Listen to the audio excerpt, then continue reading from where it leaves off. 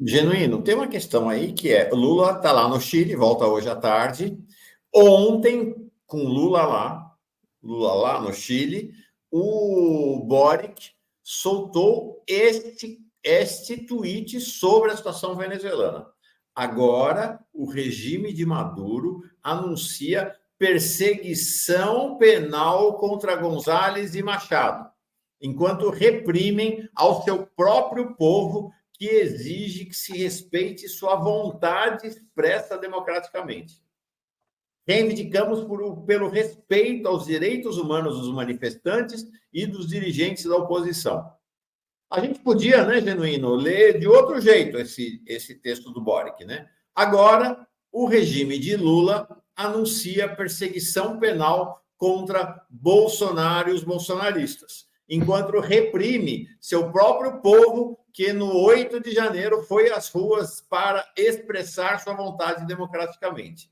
Queremos o respeito aos direitos humanos dos manifestantes bolsonaristas e dos dirigentes da oposição, de Bolsonaro e outros. A decadência do... E aqui tem acima o ministro das Relações Exteriores da Venezuela dando uma traulitada no Boric, né? Dizendo que ele se ajoelha diante da ultradireita e do fascismo e dos Estados Unidos, e que ele, na verdade, ele relembra Pinochet. Essa divisão de campos está muito dramática, né, Genuíno? Está muito dramática, e não é a primeira vez que o Boric faz esse tipo de declaração. Ele escolheu o caminho de se aliar com o Partido Democrata dos Estados Unidos para estabelecer as relações internacionais. Ele não joga pesado na integração sul-americana e na integração articulada pelo Brasil, Colômbia e México. Ele aposta num outro momento, num outro movimento. E ele não é a primeira vez que ele faz isso, ele vai continuar fazendo. É uma espécie de... ele fica dando, vamos dizer assim, menino de recado do sistema neoliberal imperialista. Ele só teve um confronto nesse período do governo dele, que foi a solidariedade ao povo palestino, só isso. Portanto, eu acho que o Lula, que é a liderança sul-americana e latino-americana, tem que se relacionar com esse tipo de posição. Mas o Brasil não pode recuar com essa pressão que estão fazendo, exigindo que o Lula mude de postura. O Lula tem que insistir nesse caminho e consolidar a tríplice aliança com a Colômbia e com o México. Esse é o caminho para começar a trabalhar na integração, porque a integração sul-americana, Mauro, eu acho que é fundamental. E por que é fundamental? Porque o continente sul-americano é o continente mais rico em minérios, está aí o lítio na Bolívia, em minérios nobres no Brasil, rico em proteína animal e vegetal, rico em área agriculturável, rico em água doce, e você tem a Amazônia, e a Venezuela fica na Amazônia. Você tem a Cordilheira dos Andes, aí tem o Chile, e você tem a Bacia do Prata. Portanto, o nosso subcontinente é estrategicamente importante. Eu acho que o Lula tem que jogar pesado para fortalecer a Unasul. Eu acho que ele devia avançar e propor o Conselho de Defesa Sul-Americano e a gente sair dessa discussão de fiscalista eleitoral. Exatamente, Omar, aquilo que a gente fazia quando no Brasil o voto não era eletrônico, que a gente ficava no centro de apuração com uma cadernetinha anotando o mapa que saía. Um país virar fiscal de urna é um papel irrelevante. Portanto, eu acho que a gente não deve entrar nessa. Nós devemos discutir o macro, o que é estratégico para a América do Sul e para a América Latina. Eu acho que esse é o caminho. E priorizar a aliança com os BRIC, a aliança com a China, a Índia e Rússia, que é fundamental dentro dessa geopolítica no mundo multipolar. Porque os Estados Unidos vão segurar o caixão desses defuntos do protofascismo. Milei, é o governo de Netanyahu, vai segurando o caixão desses governos fascistas que reprimem o povo. E olha bem, o Boric devia se lembrar do que aconteceu no Chile, do que fizeram com a economia chilena, do que fizeram com as manipulações e com os assassinatos no Chile. Portanto, não há atitudes ilegais que estão se processando na Venezuela. Está havendo um confronto violento e o Estado está se protegendo. E os governos têm que defender o rigoroso respeito aos direitos humanos. Portanto, processo, prisão, dentro das regras da defesa dos direitos humanos, pode acontecer. E aí, Mário, isso é separado do processo eleitoral. Estão misturando tudo para criar uma espécie de guerra híbrida contra a Venezuela. Se não der certo, eles apontam os seus canhões para desestabilizar o governo recém-eleito da Venezuela. Sintomaticamente, na declaração conjunta dos dois governos para a visita de Lula a Boric, não, porque todo mundo, o Lula foi para vai conversar sobre Venezuela, vai conversar sobre Venezuela, vai conversar sobre Venezuela. Não tem nenhuma menção à Venezuela, o que indica a visão distinta dos dois governos. Agora, há uma pressão que não é apenas uma pressão de fora para dentro, né? Do Boric, dos Estados Unidos, da União Europeia sobre o governo brasileiro. Há uma pressão também, né, Genuíno, de dentro para fora. Por exemplo, claro, o José Múcio dizendo que o exército brasileiro está pronto para intervir na crise venezuelana. Achei um negócio realmente espantoso. Na área econômica, o pessoal aqui dizendo, não, com a estilingada que o dólar está dando, e dessa vez não tem declaração nenhuma do Lula, não dá para baixar a taxa de juros mesmo aqui no Brasil. Ou seja, você tem uma luta interna que é a expressão dessa luta global, né? Claro, a mídia corporativa vinculada aos grandes e aos mega monopólios de interesse econômico, ela faz uma campanha periódica, diária, contra o governo da Venezuela e contra a Venezuela. É uma campanha ideológica. Segundo, as forças ligadas ao mercado, a um modelo neoliberal, tentam pressionar o governo Lula através dos meios de comunicação para o governo recuar. E há setores, inclusive, da esquerda, que não compreende o que está em jogo e faz também esse discurso, que, no meu modo de entender, não entende que coloca dúvida sobre quem ganhou, diz que houve fraude, e outros não há uma posição clara. Diante de uma disputa como essa, você tem que ter posição clara. Portanto, eu acho que se o governo brasileiro ceder e voltar atrás diante do que está conversado com a Colômbia e com o México, eu acho que será uma revisão profunda na política externa do Sul global. E eu acho que o Lula não deve ir por esse caminho, no meu modo de entender. Eu acho que o fato dele visitar o Chile, tirar uma nota que não cita... Olha bem, se sai uma nota com dois presidentes da América do Sul e não cita o principal fato da América do Sul, que é a eleição na Venezuela, isso é sintomático. Então, eu acho que o governo tem que se manter no rumo de respeitar a soberania, a autodeterminação dos povos e buscar um caminho de apoio com base nesse resultado, o governo venezuelano tem que tomar as medidas governamentais, as medidas econômicas, as medidas sociais, para atender às aspirações do povo da Venezuela. Agora, não dá para a gente misturar a crise social, a crise econômica, com a discussão sobre o resultado eleitoral. Quer dizer, vão fazer isso com relação à eleição no Uruguai, que vai se realizar proximamente? Não fizeram isso contra a eleição do Putin na Rússia? Vão fazer isso com relação aos Estados Unidos? Vai ter os fiscais das urnas dos americanos lá, que é o voto indireto? Quer dizer, não dá para a gente aceitar esse farisaísmo, essa atitude incoerente. É como se o dominado tivesse que sempre provar que está ganhando.